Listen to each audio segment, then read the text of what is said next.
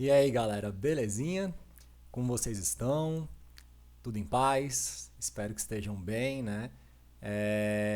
Eu queria compartilhar umas coisas interessantes que me aconteceram nesse processo de gravação de aula e que me levaram a gravar essa aula de hoje. Assim, essa aula não estava programada, ela não estava no script, ela não estava no roteiro, assim, né? Eu vinha numa sequência de gravação de aulas vinculadas aos assuntos da disciplina, né? Muito bem estruturada na minha cabeça. Eu tinha um norte muito claro de onde eu queria chegar e já tinha um material aqui meio que preparado, né, desses assuntos. Eu ministrei transferência de calor 1 e 2 na Unicamp por 2 anos e meio, então eu tenho aqui um caderninho. Deixa eu ver se eu consigo mostrar para vocês aqui. Não só um, tenho dois caderninhos, na verdade, né? Eu tenho os meus fichários, né? É, Curso de transferência de calor 1, professor Rafael Gabler, né? E aqui tem aula 1, aula 2, aula 12, aula 14, aula, sei lá, né? Eu tenho já isso aqui é um curso só, né? Isso aqui é outro já. Aí tem também o transferência de calor 2, que é outro fichário assim, né? Cheio de aula. Enfim, né? E eu numero aqui aula 1, página. Só pra vocês terem uma ideia, velho, esse meu curso aqui, e tem umas coisas tão bonitinhas assim, velho, é bem caprichado, olha só. As curvas de ebulição. É um rolê bem da hora, assim, velho. Eu tenho o maior orgulho dos meus caderninhos, né? Esse caderno aqui de transferência de calor 2. Fala, Olivia, belezinha, velho? A Olivia é meu cachorro, ela fica pedindo comida às vezes enquanto eu tô gravando aula. Esse aqui tem 212 páginas, né? Um desses cadernos. O outro tem, sei lá, velho, tipo 207 páginas. Então eu tenho mais ou menos umas 400 e poucas páginas manuscritas, né? De notas de aulas de assuntos vinculados à transferência de calor. Ou seja, eu entendo alguma coisa desse assunto e na minha compreensão do assunto, assim, nesse esquema de aula virtual, eu falei, bom, vou pegar meus cadernos que estão prontos já e eu vou seguindo mais ou menos uma ordem, assim, né? Separando em condução, convecção e radiação para, assim, ensinar para as pessoas nesse modo virtual esses assuntos. Eu vou fazer uma pausa porque o cachorro está desesperado aqui, vai pedindo comida. Então eu vou fazer uma pausa, vou dar comida pro cão e já volto aqui pra gente continuar esse papo, que eu acho que é importante que a gente tenha esse papo nesse momento aqui. Só um segundo, galera. Enfim, fui lá, dei comida pro meu cachorro e agora estou aqui de volta. Eu estava comentando assim, né, que eu já tinha uma visão muito clara na minha cabeça. Sai daqui, menu, pronto. Né, sobre como esse curso deveria ser. Ou seja, caralho, esse mouse está realmente implicando comigo. Pronto, vamos ver se aqui ele fica de boa, ficou. Né? E eu vinha seguindo aquela sequência ali de maneira muito apegada a uma ideia que eu mesmo inventei para mim sobre como eu deveria estar gravando essas aulas e trabalhando e tal. E eu vinha sentindo ali um certo desconforto com essa visão conteudista que eu mesmo vinha cultivando, né, nas minhas aulas, no processo de gravação. Assim, eu sinto que essa coisa da atividade docente, ela é uma vocação, assim, mas não no sentido tipo, de um talento, no sentido de uma missão na Terra, de um propósito existencial. Assim, eu não consigo me ver sem ser como professor hoje em dia, assim, faz parte de mim, né? E eu uso as coisas que eu sinto diante da interação que eu tenho com os alunos durante as aulas, assim, para tentar nortear mais ou menos como eu vou formar o meu discurso para entregar para os meus alunos, assim. Mas nesse contexto de quarentena, eu não tenho feedback assim de vocês, né?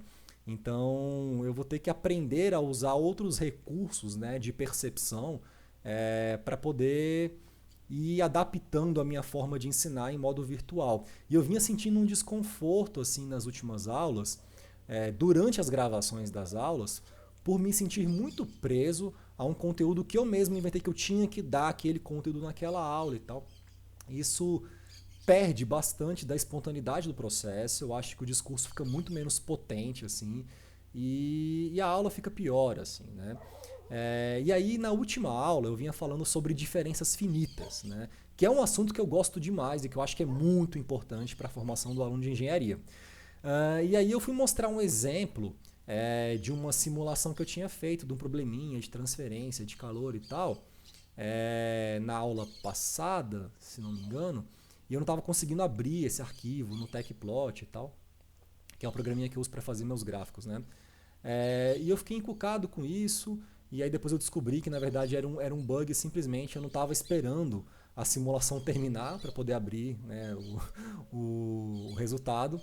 Mas esse desconforto me fez olhar com um pouco mais de atenção para o programa que eu mesmo tinha escrito em 2017, para dar de exemplo numa aula que eu preparei lá na Unicamp e tal, tentando entender melhor a estrutura do código, a calibração dos parâmetros numéricos, e eu acabei me entretendo tanto com esse rolê que eu fui fazendo umas análises assim meio que científicas dos resultados que o meu código de condução transiente 2D vinha me fornecendo, que eu acabei ficando com vontade de gravar uma aula sobre isso, porque eu acho que é importante tentar passar um pouquinho da minha experiência, né, como cientista e programador para os estudantes de engenharia, de física, assim, que às vezes têm visões muito romantizadas do processo de programação científica, né?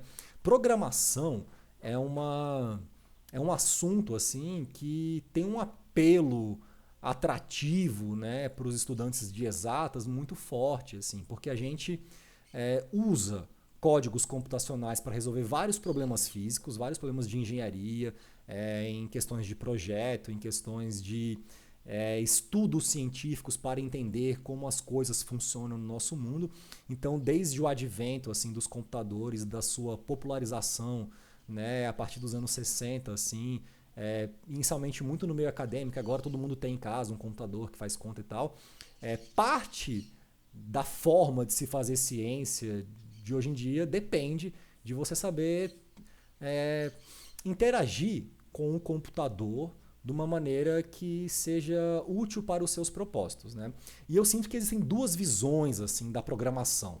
A programação comercial, que é aquele tipo de programação no qual o cara vai fazer tipo códigos computacionais, né, em Python e Java, Pascal, C++, sei lá, Fortran, né, para atender às necessidades de uma empresa que nem, por exemplo, Banco do Brasil, assim, né? Os caras têm sistemas de informação assim muito sofisticados para lidar com grandes dados de clientes e tal.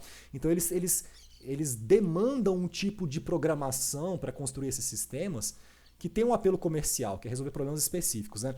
A programação científica ela é diferente, assim, ela é bem diferente, né? Os paradigmas em cima dos quais ela é construída são diferentes, né? E eu queria tentar falar um pouquinho sobre isso no vídeo de hoje com vocês, contando um pouquinho da minha história pessoal como cientista e programador, e ao mesmo tempo mostrando um pouco assim dos testes que eu estava fazendo ontem e hoje assim, em cima desse problema que é o assunto do curso, condução transiente 2D, para tentar entender coisas que estavam me incomodando ali como cientista, né, as quais eu tive que resolver um pouco como programador, tá? Então a aula de hoje vai ser uma aula de compartilhamento de ideias entre aluno, professor, assim, de questões que envolvam esse universo das simulações computacionais aplicadas à solução de problemas de engenharia, das ciências físicas em geral, para que vocês tenham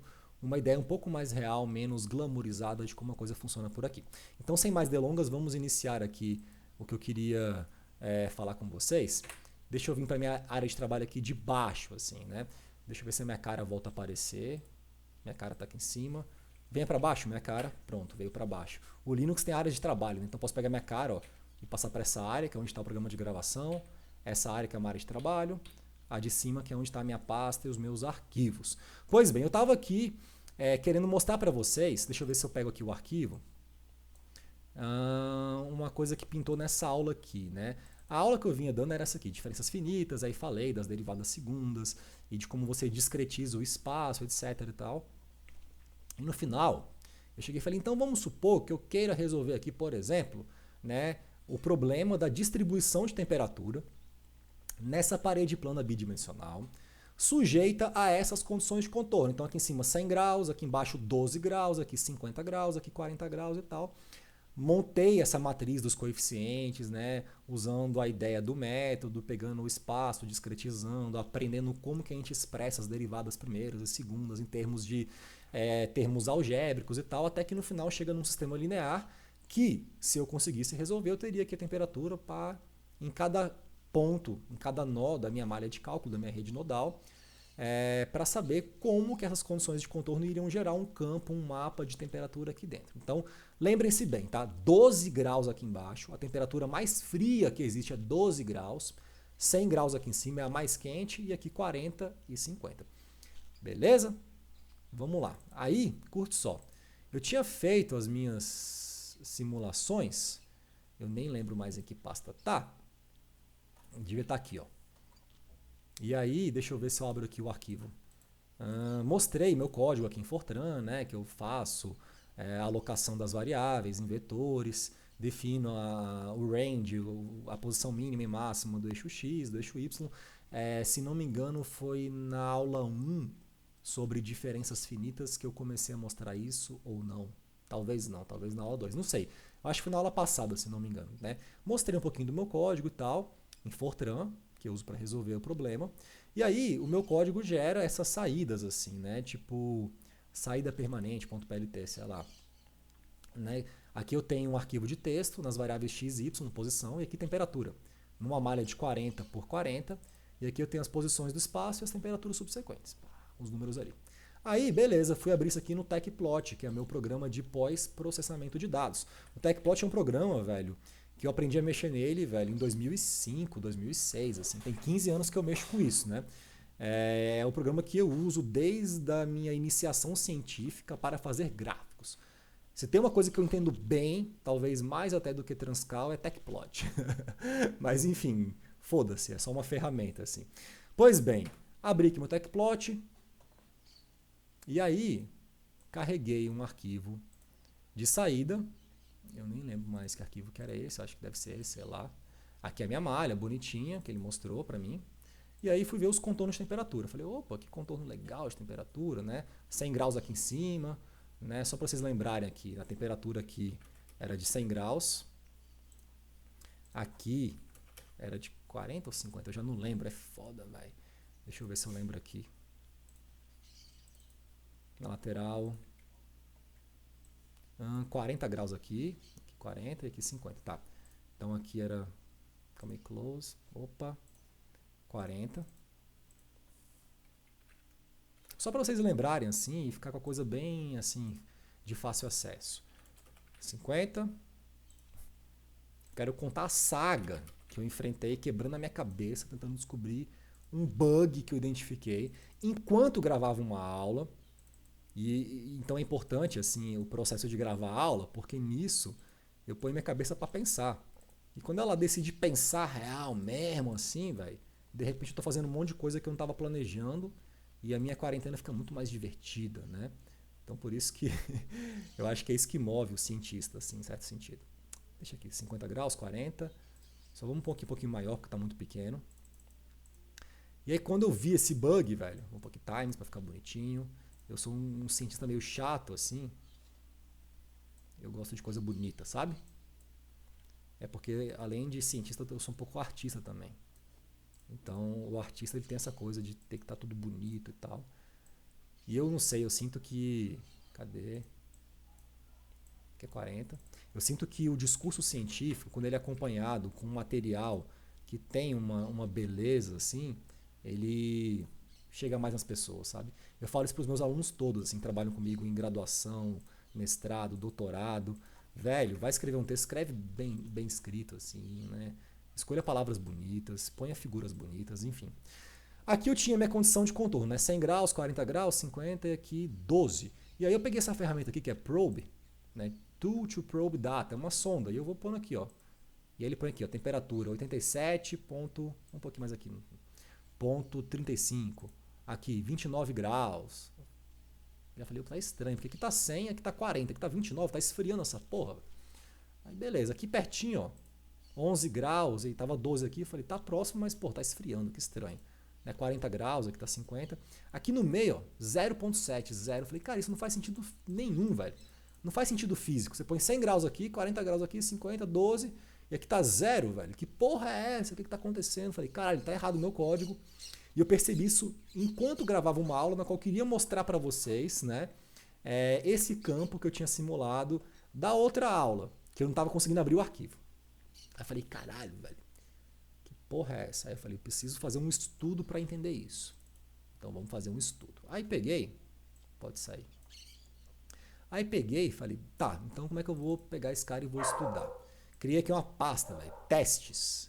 Aí primeiro eu fui testar o passo de tempo, assim, né? Eu tive que mudar a versão do programa, porque a versão original pedia para o usuário dados como digite o número de nós, digite o passo de tempo e tal, porque eu queria fazer uma análise das variáveis meio que isoladas no processo. Então a primeira coisa que eu fui investigar, falei, será que essa malha está com pouco nó? Será que ela não está refinada o suficiente? Né? Porque quando você vai adentrar esse universo de métodos numéricos aplicados à solução de problemas de engenharia, a sua mentalidade, como diriam aqueles caras que eu detesto, coach, né? O teu mindset, ele tem que estar, tipo, diferente do mindset empresarial corporativo. É mindset de cientista, né? Eu não quero pegar um programa pronto, que seja uma caixa preta, que eu não faça a menor ideia do que tem lá dentro, escolher uns valores num menuzinho de entrada, apertar um botão, fechar os olhos, deixar rodando ali e ter uma saída. Isso não é uma postura de cientista, isso é uma postura de engenheiro de empresa, que tem resultado rápido, é cliente, produto, não tem tempo para pensar direito. Né? O cientista não, ele está no outro rolê, ele quer entender as coisas. Então a mentalidade é de entender, mais do que fazer coisas muito visualmente impressionantes para o cliente comprar o seu produto, que é um código de simulação, que simula em geometria, curva, as tensões no avião ali. Para a gente é mais importante entender como o código se constrói, quais são as ideias por trás, né, da construção do código, os teoremas que você utiliza, as leis da física, as equações que você resolve, as aproximações que você usa para resolver as equações, os métodos de solução, o passo de tempo, o refinamento da malha, tudo isso é muito importante para o cientista entender a simulação dele. Então a primeira coisa que eu fiz foi investigar a malha. E aí eu fiz várias malhas. Deixa eu ver se eu tenho aqui essa figura aqui. Beleza, fiz 3 malhas aqui. Uma malha de 30 por 30, me gerou esse campo aqui, ó, super esquisito, né? Como se o calor não tivesse conseguindo avançar aqui para dentro, ficasse meio que preso nas bordas. Então um problema numérico no qual a difusão não estava acontecendo. Aí numa malha 40 por 40 a coisa começou a difundir melhor aqui, mas ainda assim uma grande mancha azul aqui, como se eu não estivesse conseguindo comunicar para esses caras do meio da placa que eu, esquentei a parede aqui a 100 graus, aqui uma 40 e tal. Né? E com uma malha 50 por 50 a coisa voltou a ficar ruim de novo. Falei, caralho.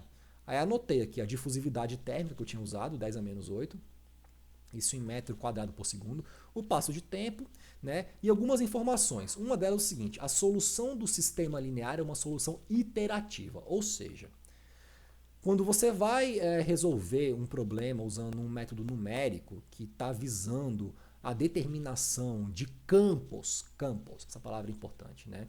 Campo é uma variação no espaço e no tempo, de grandezas físicas de interesse, usando um método de malha, você inevitavelmente, em algum momento, vai ter que resolver um sistema, que pode ser linear ou não linear em função da cara da equação governante do seu problema. Então a equação geral da condução de calor, por exemplo, é uma equação diferencial parcial linear. Então nela eu consigo aplicar um método, né, para discretizar as derivadas e tal, como diferenças finitas, que eu já ensinei como é que faz aqui nesse curso, e isso vai levar à construção de um sistema linear. Se fosse, por exemplo, mecânica dos fluidos, a equação que governa os problemas lá é uma equação não linear, a equação de Navier-Stokes. Tem inclusive uma aula nesse canal que eu falo um pouco sobre a história dessa equação, tá bem legal. Recomendo. Para Navier-Stokes, a própria equação governante já é não linear. Então, se você quer resolver isso através de um sistema de equações assim algébricos, né, que vai, na verdade, representar uma aproximação dessas derivadas contínuas em termos de derivadas discretas num espaço ou domínio de cálculo discretizado, o teu sistema vai ser um sistema não linear de equações. Né? Aqui é linear. E aí tem várias formas diferentes de você resolver um sistema linear. Se você chegar aqui no Google, deixa eu ver se eu acho aqui meu mouse, e pesquisar, sei lá, Linear Systems, qualquer coisa assim, velho. System of Linear Equations. Você vai ver, cara, que tem várias formas de resolver aqui, ó, solving a linear system. E aí os caras pegam, colocam o sistema, tem método que você faz eliminação de variáveis para poder mudar a cara da matriz dos coeficientes para que você consiga chegar numa solução mais fácil. Você vai usando vários teoremas, ideias de álgebra linear para poder conseguir mudar a cara das matrizes, né, e dos vetores que você vai ter que aplicar para resolver esse sistema, para que você consiga, através do cálculo de determinantes mais simples, resolver o sistema linear. Você vai começar a perceber que existe toda uma questão muito densa e profunda da matemática que lida com a proposição de diferentes métodos para a solução de sistemas lineares. O que eu estou usando aqui no meu código é o método de Jacobi. Jacobi, sei lá como é que fala isso, mas é um método iterativo. Então aqui eu tenho a matriz dos coeficientes A, tenho o vetor B que é a solução, tenho o vetor B que são os termos fontes, condição de contorno e tal. E aí, a solução para esse cara, para você saber o valor da solução X em cada linha ao longo de diferentes iterações, ela é uma relação de recorrência que se baseia nos valores anteriores. Então é um esquema iterativo. Aqui tem uns algoritmos prontos já para você poder resolver isso, usando MATLAB, Scilab, JavaScript, Java, né? Como é que ele converge e tal. O meu, eu mesmo escrevi. Eu não peguei um negócio desse pronto, eu peguei um livro de álgebra linear, eu fui estudar essa porra, eu fui entender quando eu era aluno de graduação, velho. E aí eu escrevi no meu código, se você olhar aqui bem, a hora em que eu resolvo de fato o sistema, eu simplesmente chamo uma função, a função Jacobi.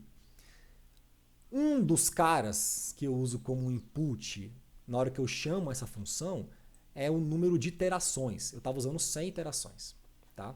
Então aqui, ó, cadê? Tá a subrotina Jacobi que eu escrevi, que tem essas variáveis e ela vai fazendo uma sequência de operações aqui para no final cuspir o valor de x, tá? Mas ela usa de um esquema iterativo para isso. E aí, a imagem que eu tinha colocado aqui, eu tinha frisado que eu estava usando 100 iterações. Então, beleza. Aí vi primeiro assim que a malha tinha alguma coisa ali com a malha, mas essa malha de 40 por 40 parecia ser a malha que estava indo no melhor caminho, mesmo que ela estivesse apresentando valores fisicamente inconsistentes. Então vou pegar essa malha aqui e vou fazer primeiro uma análise de passo de tempo.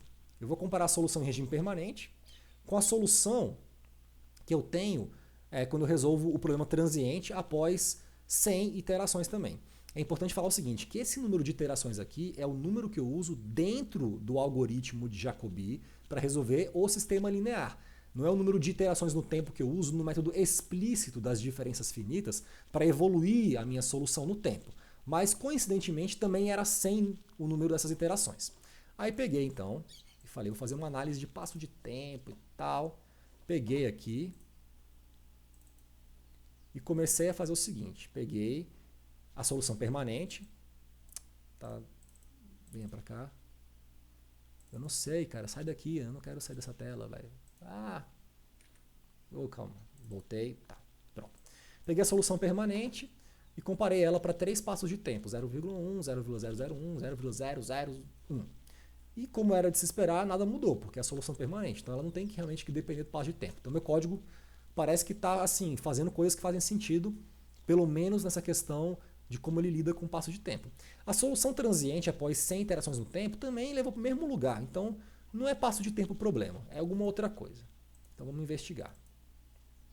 Aqui, ó, eu fiz um corte na minha malha, peguei assim aquela placa, fiz um corte extraindo os valores numéricos da temperatura ao longo de y, bem para o meio da placa, em x igual a 0,5. A placa vai de 0 a 1, então no meio eu fiz um corte e plotei a temperatura com relação a y. Para 2 passos de tempo deu a mesma coisa na solução final, então convergiu, né, o processo de solução no tempo. Não é passo de tempo o problema. Então o que será que pode ser? Eu falei, cara, será que pode ser o número de iterações no método de Jacobi? Aí aqui, velho, eu tive que mudar meu código. Nem sei, não editar, sei lá. Para que a informação que ele pedisse para o usuário fosse digite o número de iterações. Então ele lê o que você escreveu, sei lá, 100 iterações. E aí ele vai vincular, inclusive, esse número a sintaxe, o nome do arquivo de saída. Então ele vai plotar um arquivo saída em regime permanente 100, para falar que aquele arquivo ali está vinculado a 100 iterações em Jacobi. Ou saída permanente 500, para falar que aquele arquivo ali está vinculado a 500 iterações e tal. Para facilitar a minha vida na hora que eu fosse plotar esses gráficos. Né? Ou seja, o trabalho do programador cientista, ele não é um glamour, você fica fazendo um monte de manipulação de arquivo, programando. É um trabalho que do ponto de vista ferramental ele é cansativo, você fica muito tempo ali programando. Depois eu queria contar nesse vídeo ainda a minha experiência no doutorado com essa coisa de programação, porque eu acho que tem coisas ali interessantes. Aí aqui eu tinha meus arquivos, né, para 10 iterações, para 50, para 100, para 150. Fui variando assim, fazendo várias simulações para 150, pegando vários arquivos diferentes e fui comparar a cara desses campos para diferentes números de iteração que eu iria utilizar dentro da subrotina responsável por fazer a solução do meu sistema linear de equações dentro de um esquema iterativo, usando o método de Jacobi. Poderia ter escolhido outros métodos iterativos, tipo Gauss-Seidel, ou métodos não iterativos, tipo decomposição LU e tal. Eu não sei, mas eu acho que eu tenho aqui, ó, já que a gente está falando sobre isso, em alguma pasta minha, velho, algum programa, velho, deixa eu ver, que eu escrevi em alguma hora da minha vida que resolvia isso. Agora vai ser difícil achar linhas de pesquisa, docência, burocracia, mestrado, seminário, utilidades, programas. Caralho, será que é aqui, velho? Não, não é aqui. Caralho, onde é que tá essa porra? Programas, compilador, tecplot. Rapaz, eu não sei onde está isso daqui. Talvez esteja em doutorado, deixa eu ver. Disciplinas. Se eu não achar, não tem problema nenhum, velho. Programas em Fortran, talvez esteja aqui. Caralho, como é que eu achei isso daqui? Meu Deus, achei, velho. Sistemas lineares. Foram programinhas que eu escrevi, sei lá, em algum momento. Aqui, por exemplo, eu escrevi um programinha em 2009, olha lá. E na época era super vaidoso, né? Autor, Rafael, programa para resolver sistema linear. E aqui escolha um método. Tinha Jacobi, Gauss-Seidel, Gauss-Seidel esse aqui, TDMA, matrizes. Então esse aqui era um programinha que eu escrevi quando eu estava estudando isso em Fortran, que ele resolvia sistemas lineares por vários métodos e eu ficava comparando. Ou seja, isso aqui é um universo, tem muito disso daqui. Eu percebi, velho, a importância de entender métodos de solução de sistemas lineares em 2005. Eu tenho uma história interessante para contar sobre isso. Eu era aluno da UNB, 2005 ou 2006, eu não lembro, acho que 2005. Estava cursando a matéria Mecânica dos Fluidos 1. E o professor na época, assim, hoje em dia é um irmãozão meu, assim, um cara que eu amo, meu colega, assim, o professor Zé Luiz. Ele ofertou umas vagas de PIBIC, né, iniciação científica lá na UNB e tal, para pessoas que gostassem de Mecânica dos Fluidos 1 e de programação. Eu tinha essa fascinação por coisa de simulação e acharia que, porra, seria muito legal fazer ciência e ficar o dia inteiro vendo curvas e gráficos coloridos. Eu não estava tão errado assim, tanto é que até hoje eu estou fazendo isso, né? Mas fui lá, deslumbrado, queria simular escoamento e tal. E aí a primeira reunião que eu tive científica com o Zé, ele chegou para mim e falou o seguinte: Rafael, a sua primeira tarefa vai ser escrever um programa em Fortran que resolva um sistema linear. Eu falei, caralho, velho, tipo, eu não sei nada e a primeira coisa que esse cara me fala é isso. Ali eu já senti a importância dessa questão de você entender métodos de solução de sistemas lineares. Eu tinha tido um curso de cálculo numérico na graduação, um semestre anterior, com um professor que era estrangeiro e de um país cujos fonemas nem se pareciam com os fonemas falados no Brasil. Então eu não entendia nada que ele falava, nada, velho. Né, aluno de universidade pública federal sabe mais ou menos como é isso, né? Não tem, assim, ainda mais no início dos anos 2000, assim, professor que você não entende o que ele fala, o cara é russo e fala meio que russo mesmo, misturado com português e fica usando ali, caralho, assustado, morrendo de medo, acabou de chegar do segundo grau ali, pô! Toma uma aula de cálculo numérico iraniano aqui que fala em persa durante a aula, você fala, caralho. Então eu cheguei muito cru para trabalhar, né, com o Zé em simulação, a primeira coisa que eu percebia que eu precisaria estudar, cálculo numérico de verdade, né? Voltando ao nosso problema, eu falei, então eu vou investigar aqui o número de iterações que eu preciso nesse cara aqui. E aí, plotei isso daqui. Eu falei, para 10 iterações tem esse campo aqui. Para 50 esse campo. Para aquela mesma malha de 40 por 40, para aquele passo de tempo ali. Eu falei, então aqui tá mudando, velho.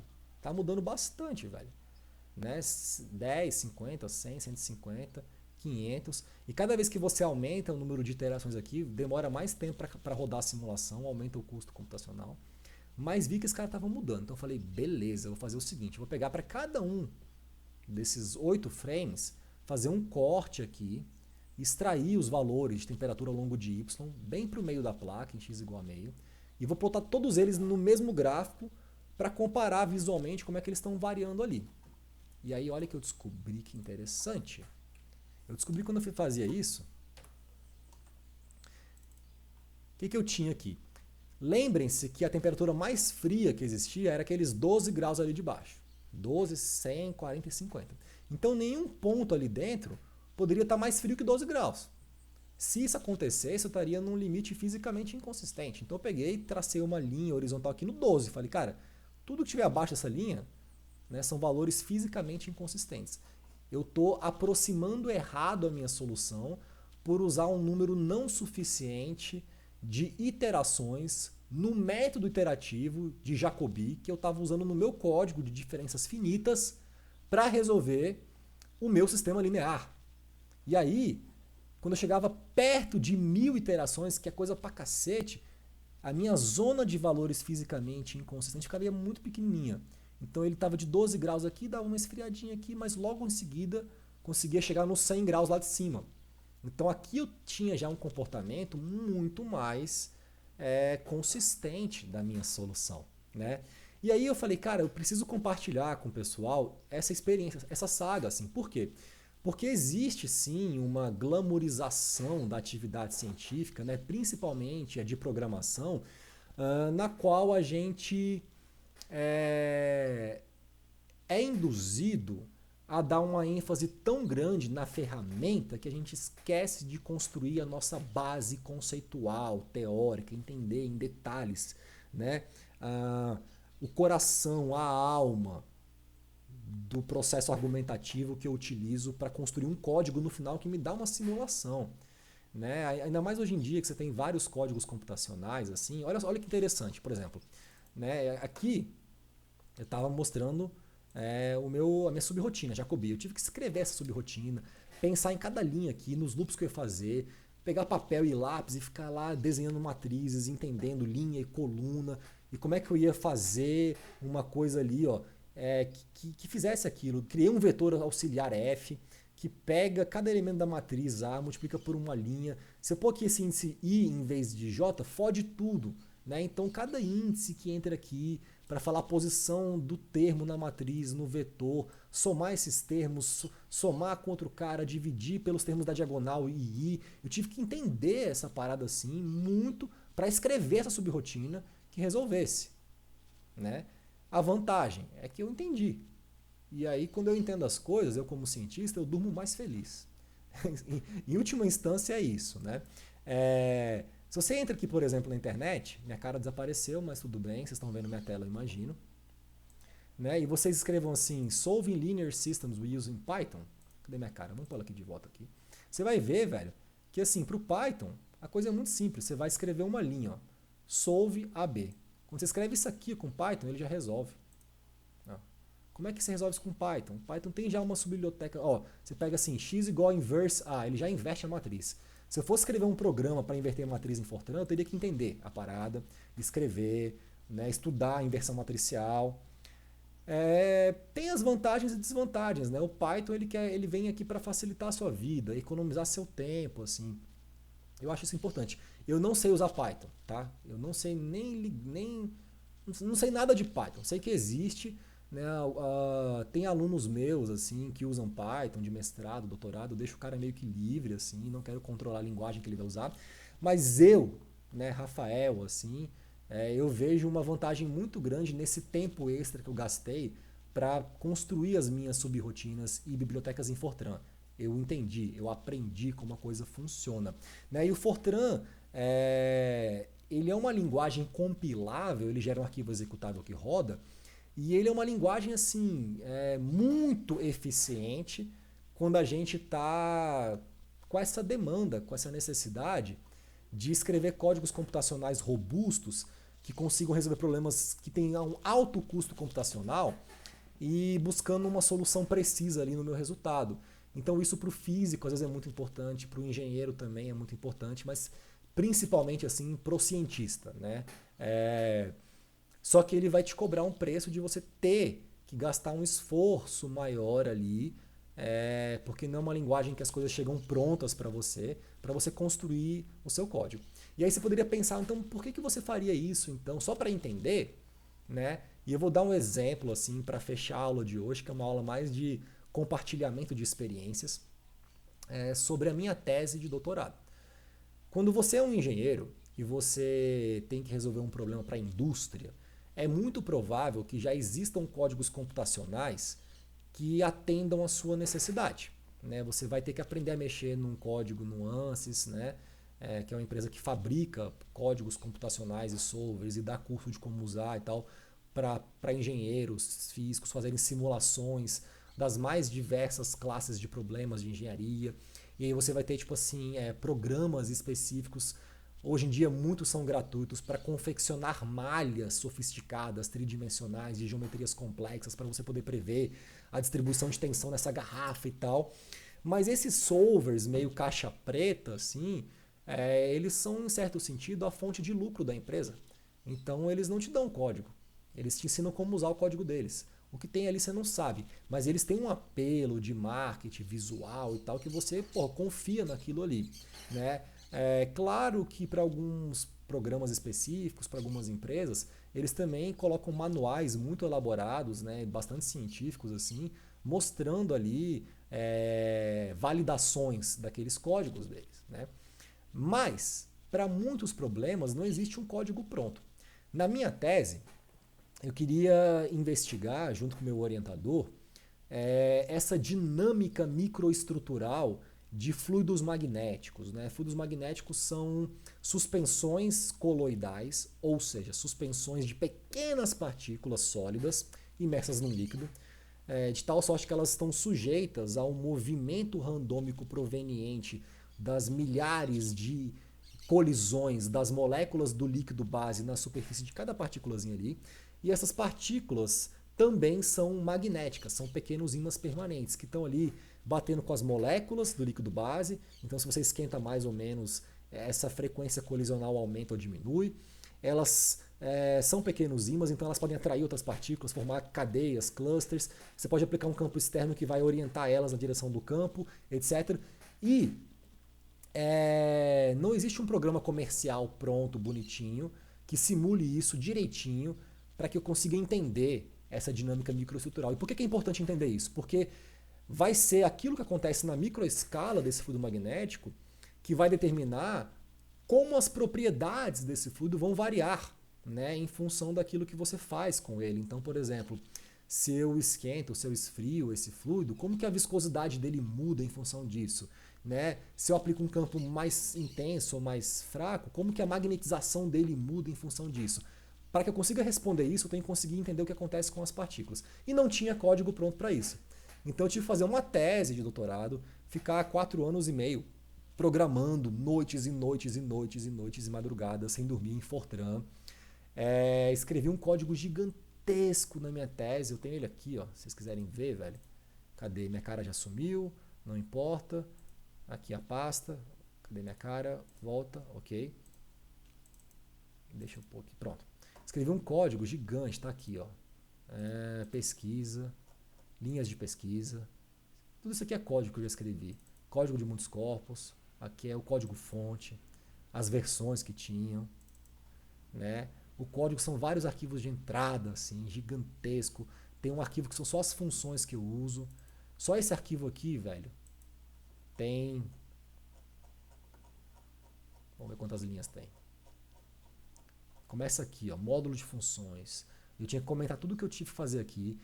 Essas funções, elas dependem, velho, de um estudo matemático extenso da física dessas partículas que interagem. Eu tive que ler muitos artigos científicos, até artigo do Einstein sobre o movimento browniano do início do século XX, para entender isso daqui, livros né, de eletromagnetismo, propriedades da matéria magnética, para escrever esse código. Essa subrotina aqui sozinha tem 2.828 linhas. Essa é uma das bibliotecas do meu código. Eu tenho aqui que faz só a análise das dados de saída, a parte estatística, tira desvio padrão, variância, calcula barra de erro, plota isso em arquivo de saída. Esse arquivo foi um parto escrever. Enfim, assim, várias subrotinas, porque eu queria entender isso daí, não tinha código pronto. Então, a programação científica, ela tem uma mentalidade diferente, assim, né?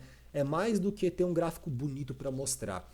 É entender profundamente os detalhes de cada argumento que você usa em cada pedaço do seu código para resolver um problema de engenharia, né?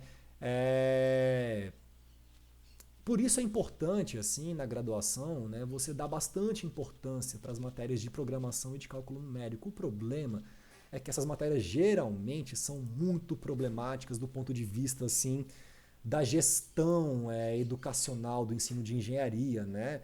Geralmente são matérias ofertadas por prestadores de serviços, ou seja, professores, às vezes da matemática, da computação, muitos que não são engenheiros, então, assim, não conseguem transmitir isso para o aluno de engenharia numa linguagem que convença-o da importância daquele assunto, às vezes não consegue colocar exemplo de aplicação e tal, né? E lança um conteúdo que é denso para um aluno assustado, né?